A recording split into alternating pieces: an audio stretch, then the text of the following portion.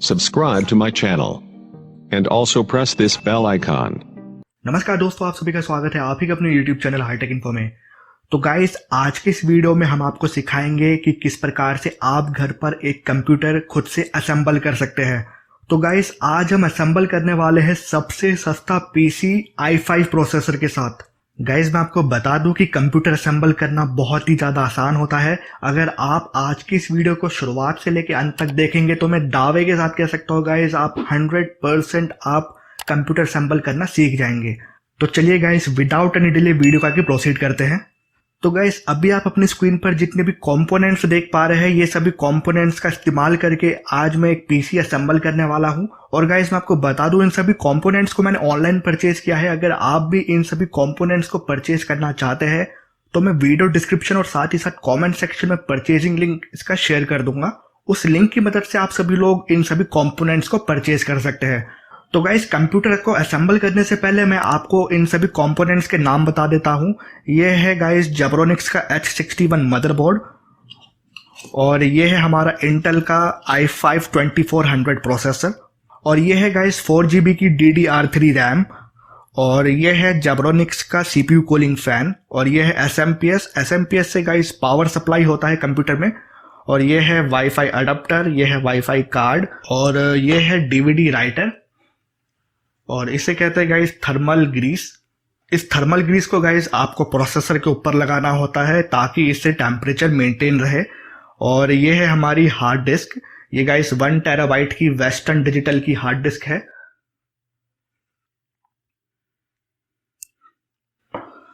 और ये है गाइस हमारा कैबिनेट।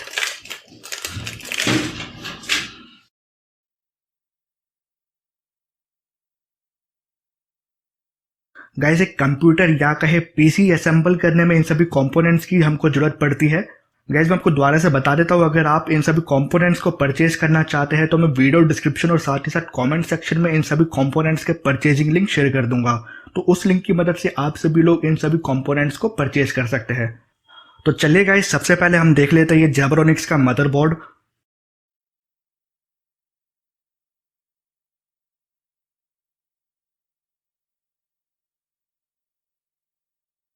तो गाइस, ये है हमारा जेब्रोनिक्स का H61 मदरबोर्ड, और इस मदरबोर्ड के अंदर गाइस हमको 2 SATA केबल मिलती है,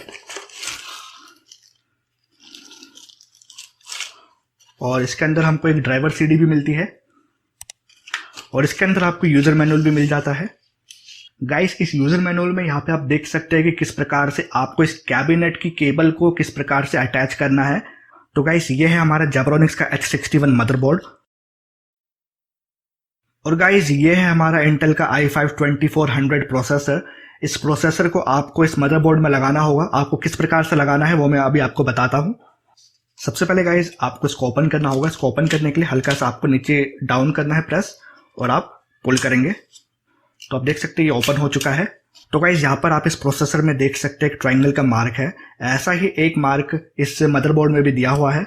यहाँ पे गाइस आप देख सकते हैं एक ट्रायंगल का मार्क यहाँ पे भी दिया हुआ है। तो गाइस, आपको इन ट्रायंगल के मार्क्स को मैच करके लगा देना है। आराम से इसको ऊपर रख दीजिए। तो देख सकते हैं यहाँ पे प्रोसेसर लग चुका है हमारे मदरबोर्ड में। इस प्रकार से आपको क्लोज कर लेना है। लगाने के बाद ये कैप अपने आप रिमूव हो जाएगी। अगर अपने आप रिमूव नहीं होती तो आप इसको रिमूव कर सकते हैं। इस प्रकार से आप इसको पुल करेंगे, ये ओपन हो जाएगा। तो guys, as you can see, हमने मदरबोर्ड में प्रोसेसर को लगा लिया है। अब आपको इस प्रोसेसर के ऊपर इस थर्मल ग्रीस को लगाना होगा। थर्मल ग्रीस लगाना बहुत ही जरूरी होता है। अगर हम थर्मल ग्रीस नहीं लगाते हैं तो टेम्परेचर काफ़ी बढ़ जाता है प्रोसेसर का। तो जब भी आप कोई भी पीसी या कंप्यूटर असेंबल करें तो प्रोसेसर के ऊपर थर्मल ग्रीस जरूर लगाएं। आपको थोड़ा सा थर्मल ग्रीस लगाना है, ज़्यादा मत लगाइएगा, बिल्कुल थोड़ा सा थर्मल ग्रीस आप इस प्रकार से इसमें लगा देंगे। तो गाइस, हमने मदरबोर्ड में प्रोसेसर लगा लिया है, प्रोसेसर के ऊपर हमने थर्मल ग्रीस भी लगा लिया है, और अब हम लेंगे ये रैम। ये DDR3 रैम है 4GB की। आपको इस प्रकार से यहाँ पर लगा देना है। गाइस, इसको लगाने के लिए यहाँ पे आप देख सकते हैं यहाँ पे एक कट दिया हुआ है, और इसी प्रकार से एक कट इसके अंदर भी दिया हुआ है। आप देख पा रहे होंगे यहाँ पर भी एक कट है। तो आपको कट को मैच करना है।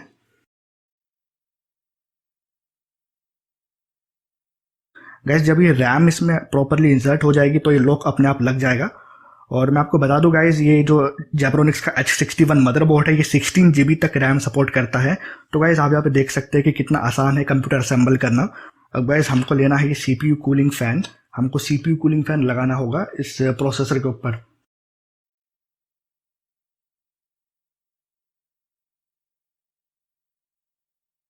यहाँ पे गाइज आप देख पा रहे होंगे यहाँ पे 4 पॉइंट दिए गए हैं।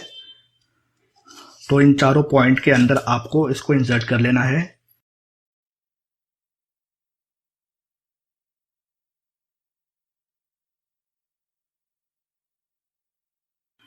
उसके बाद आपको इस प्रकार से लॉक कर देना है इस फैन को।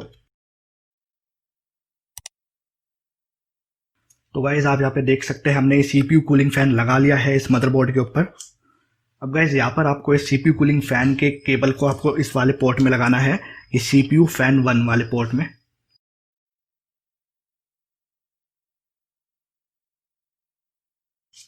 तो गाइज हमने CPU कूलिंग फैन लगा लिया है, मदरबोर्ड के साथ हमने कनेक्ट कर लिया है। तो guys as you can see हमने मदरबोर्ड में प्रोसेसर लगा लिया है, CPU कूलिंग फैन लगा लिया है और ये 4 GB की रैम लगा ली है, DDR3 रैम। तो गाइज अब हमको इस मदरबोर्ड को इंसर्ट करना है इस कैबिनेट के अंदर। तो गाइज ये है हमारा कैबिनेट। इस कैबिनेट को हम ओपन कर लेते हैं। यहाँ पे हैंड स्क्रू दिया हुआ है, इन हैंड स्क्रू को आप घुमा के ओपन कर लेंगे।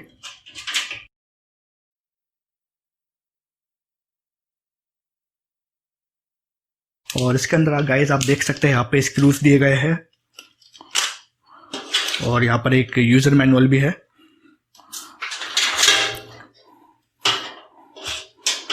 तो गाइज ये है हमारे कैबिनेट के फ्रंट पैनल की केबल्स। इन सभी केबल को गाइज आपको लगाना है इस मदरबोर्ड में। वो किस प्रकार से लगाना है मैं आपको बताऊंगा, आप इस वीडियो को देखते रहिए। तो गाइस इस कैबिनेट के फ्रंट पैनल की केबल को इस मदरबोर्ड में लगाने के लिए आपको इस यूजर मैनुअल की जरूरत पड़ेगी, जो कि हमको मदरबोर्ड के साथ ही मिला है। तो इस चार्ट को फॉलो करके आपको इन केबल को लगा लेना है इस मदरबोर्ड में। इस कैबिनेट की इन सभी केबल को आपको यहाँ पर लगाना होगा। इस चार्ट को फॉलो करके आपको इन सभी केबल को लगा लेना है। आप देख सकते हैं गाइज इन सभी केबल पर यहाँ पे लिखा हुआ है HDD LED plus minus, power LED plus, power LED minus, reset SW, power SW। और इस चार्ट में भी पूरा मेंशन है, तो इस चार्ट को आपको फॉलो करना है। तो चलिए गाइज कैबिनेट की इन केबल्स को लगा लेते हैं इस मदरबोर्ड में।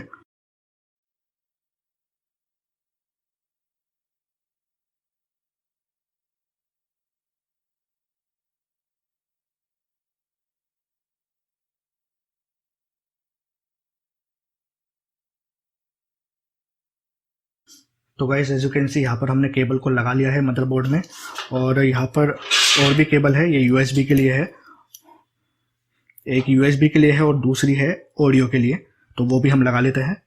यहाँ पे गाइस आप देख सकते हैं यहाँ पे मेंशन है USB 1। आपको इस USB में इस वाली USB केबल को लगा लेना है।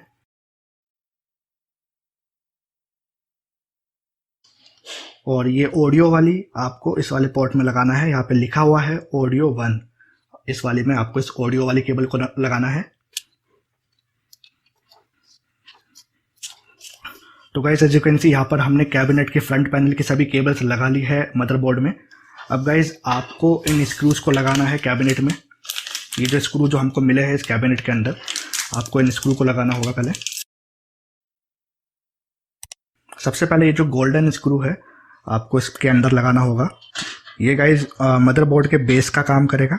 इन चारों पॉइंट्स में आपको इन स्क्रूज को लगाना होगा सबसे पहले।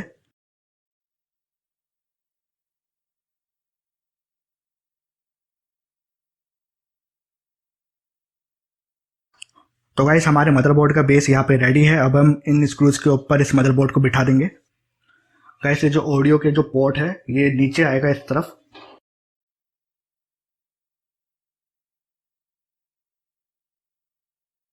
तो गाइस इस कैबिनेट में मदरबोर्ड को इंसर्ट करने के बाद अब यहाँ पर आपको इस कैबिनेट में SMP लगाना होगा। इस SMP की मदद से पावर सप्लाई होता है through out all the components of computer. तो गाइस ये एक जेब्रोनिक्स का 450 वॉट का SMP है। तो इस SMP को आपको इस कैबिनेट के अंदर लगा लेना है।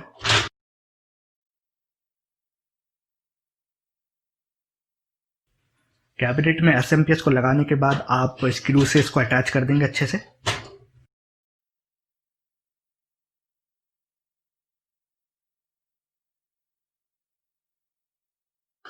तो गाइस आप यहाँ पे देख सकते हैं कि कितना आसान है एक कंप्यूटर या कहे पीसी असेंबल करना। गाइस मैं आपको बता दूं, ये पीसी जो हम अभी असेंबल कर रहे हैं ये बहुत ही पावरफुल पीसी है।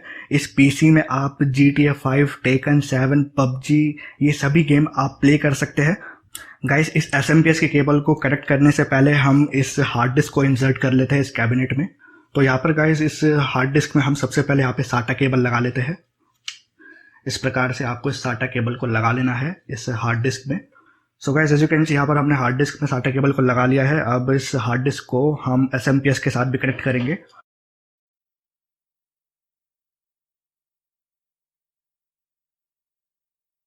So as you can see यहाँ पर हमने हार्ड डिस्क में SATA केबल लगा लिया है और यहाँ पर इसको हमने SMPS के साथ भी कनेक्ट कर दिया है। अब हम इस हार्ड डिस्क को इंसर्ट कर लेते हैं। So guys as you can see यहाँ पर हमने हार्ड डिस्क को कैबिनेट में इंसर्ट कर लिया है। अब हम इस SATA केबल को मदरबोर्ड के साथ कनेक्ट कर लेते हैं। यहाँ पे गाइस आप देख सकते हैं यहाँ पे 4 पोर्ट दिए गए हैं SATA के लिए, तो इनमें से किसी भी पोर्ट में आप हार्ड डिस्क को कनेक्ट कर सकते हैं। तो यहाँ पर हम SATA 1 में इस केबल को लगा लेते हैं।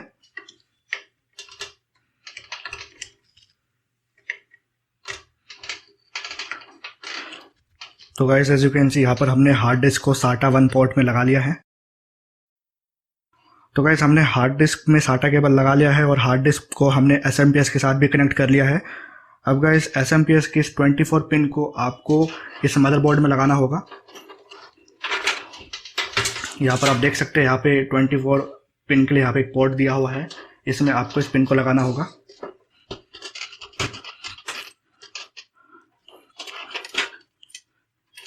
अब गाइज आपको इस 4 पिन केबल को लगा लेना है इस मदरबोर्ड में। So as you can see guys यहाँ पर हमने SMPS से मदरबोर्ड में और हार्ड डिस्क में पावर सप्लाई कर दिया है। अब हम लगा लेते हैं इस DVD राइटर को। जैसे आपने इस हार्ड डिस्क को लगाया सेम इसी प्रकार से आपको इस DVD राइटर को भी लगाना होगा। तो गाइज अब हम इस DVD राइटर को इंसर्ट कर लेते हैं इस कैबिनेट में। कैबिनेट के फ्रंट साइड से हमको इस DVD राइटर को इस प्रकार से अंदर इंसर्ट करना होगा।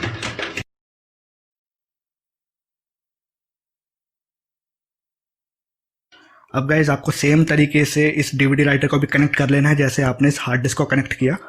सबसे पहले हम इस DVD राइटर में SMPS से कनेक्शन देंगे।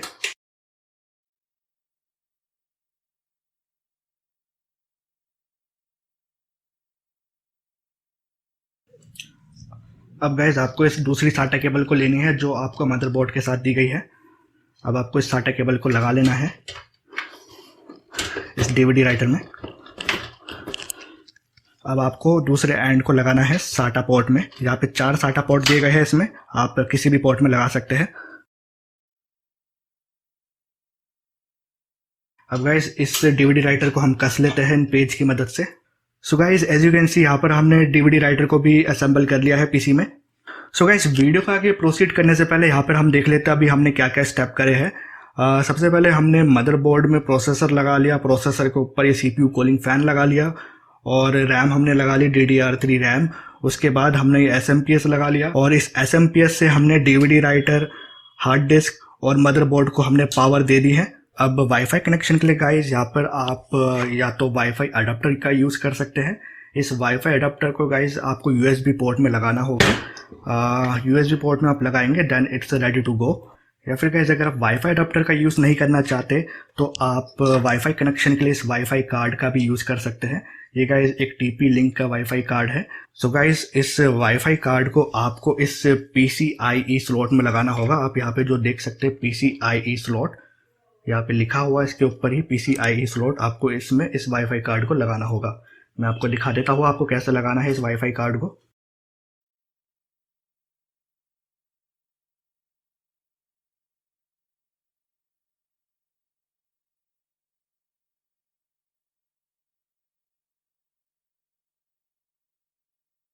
सो guys as you can see यहाँ पर हमने PCIe स्लॉट में हमने इस वाईफाई कार्ड को लगा दिया है।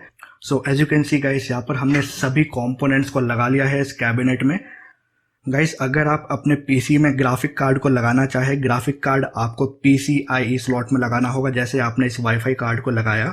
ये गाइस PCIe 1 स्लॉट है और इस मदरबोर्ड में गाइस 2 स्लॉट दिए गए हैं PCIe के लिए।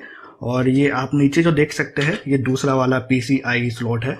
ये जो बड़ा सा आप देख सकते हैं ये PCIe स्लॉट है। तो ग्राफिक कार्ड आपको इस PCIe स्लॉट में लगा लेना है। सो गाइज कैबिनेट को बंद करने से पहले आप इन केबल्स को अच्छे से आप टैंगल कर लीजिए ताकि फैन के बीच में ना आए ये cables. So as you can see guys हमारा पीसी यहाँ पे कम्प्लीटली असेंबल हो चुका है। अब हम इसके SMPS में पावर देख के चेक करते हैं कि ये प्रॉपरली वर्क कर रहा है या नहीं। गाइज इस वीडियो में मैं आपको इस पीसी का बायोस भी दिखाऊंगा, तो आप इस वीडियो को देखते रहिए। तो चलिए गाइज अब इस पीसी को ऑन करके देखते हैं क्या ये प्रॉपरली वर्क कर रहा है कि नहीं। तो ऑन करने के लिए सबसे पहले आपको इस SMPS में इस केबल को लगाना होगा। ये केबल आपको SMPS के साथ ही मिलती है। तो सबसे पहले आपको पावर देनी होगी। तो as you can see guys यहाँ पर हमारा पीसी ऑन हो चुका है। यहाँ पे फैन हमारा प्रॉपरली वर्क कर रहा है और DVD राइटर हम यहाँ पे चेक कर लेते हैं।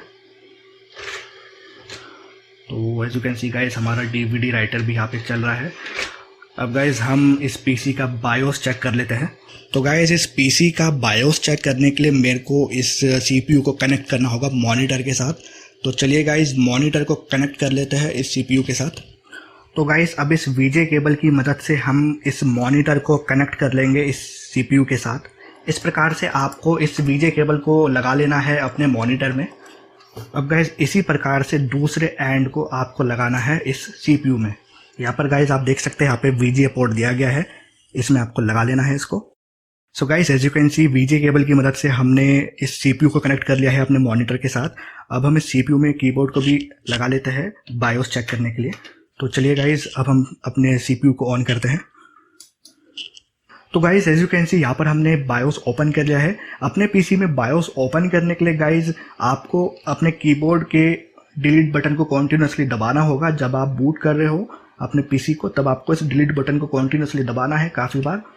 उसके बाद गाइज आपके सामने इस प्रकार से ये बायोस आ जाएगा। अब गाइज देख लेते हैं हमारे पीसी की कॉन्फ़िगरेशन और हम यहाँ पे चेक कर लेते हैं हमारा पीसी प्रॉपरली वर्क कर रहा है कि नहीं। तो यहाँ पर हम CPU कॉन्फ़िगरेशन में चलते हैं। तो गाइज यहाँ पर आप देख सकते हैं हमने i5-2400 का प्रोसेसर लगाया है और इस प्रोसेसर की क्लॉक स्पीड है 3.10 GHz। बायोस में गाइस आप पीसी की पूरी स्पेसिफिकेशन देख सकते हैं। आपके पीसी की क्या स्पेसिफिकेशन है वो सभी आप बायोस में देख सकते हैं। और SATA कनेक्शन में गाइस आप यहाँ पे देख सकते हैं हमने वेस्टर्न डिजिटल की 1 TB की हार्ड डिस्क लगाई है। तो गाइस यहाँ पर आप देख सकते हैं हमारा पीसी यहाँ पे बिल्कुल प्रॉपरली वर्क कर रहा है, बिल्कुल A1 कंडीशन में है। तो गाइस आज आपने सीखा कि किस प्रकार से घर पर एक पीसी या कहे कंप्यूटर किस प्रकार से आपको असेंबल करना होता है। तो गाइज मैं आपको दोबारा से रिमाइंड करा देता हूँ, इस पीसी को असेंबल करने में हमको जिन जिन कंपोनेंट्स की जरूरत पड़ी वो सभी कंपोनेंट्स के परचेजिंग लिंक गाइज मैंने वीडियो डिस्क्रिप्शन और साथ ही साथ कमेंट सेक्शन में शेयर कर दिया है। उस परचेजिंग लिंक की मदद से गाइज आप इन सभी कंपोनेंट्स को परचेज कर सकते हैं जो कि मैंने इस्तेमाल किया इस पीसी को असेंबल करने में। तो गाइज अगर आज के वीडियो आप सभी के लिए हेल्पफुल रही हो और अगर आपने आज की इस वीडियो से कुछ सीखा तो गाइज मैं आप सभी से रिक्वेस्ट करना चाहता हूँ आज की वीडियो का प्लीज़ ज़्यादा से ज़्यादा लोगों तक शेयर जरूर कीजिएगा। तो guys as you can see यहाँ पर हमारा CPU पूरा असेंबल हो चुका है। अब गाइज आपको इसमें बस विंडोज़ इंस्टॉल करनी होगी। आप इसमें कोई सा भी विंडोज़ इंस्टॉल कर सकते हैं। इस पीसी में विंडोज़ इंस्टॉल होने के बाद गाइज आप इस पीसी में सॉफ्टवेयर और ड्राइवर्स को आप इंस्टॉल कर सकते हैं। ऐसे दोस्तों आई होप आज के वीडियो आप सभी के लिए जरूर हेल्पफुल होगी और अगर आपको ये वीडियो अच्छी लगी तो प्लीज आप इस वीडियो को लाइक और अपने सभी दोस्तों को शेयर जरूर कीजिएगा। दोस्तों अगर आपके कोई भी सुझाव है इस वीडियो के रिगार्डिंग तो आप इस वीडियो के नीचे देखे कमेंट सेक्शन में अपने वैल्यूएबल कमेंट्स जरूर कीजिएगा।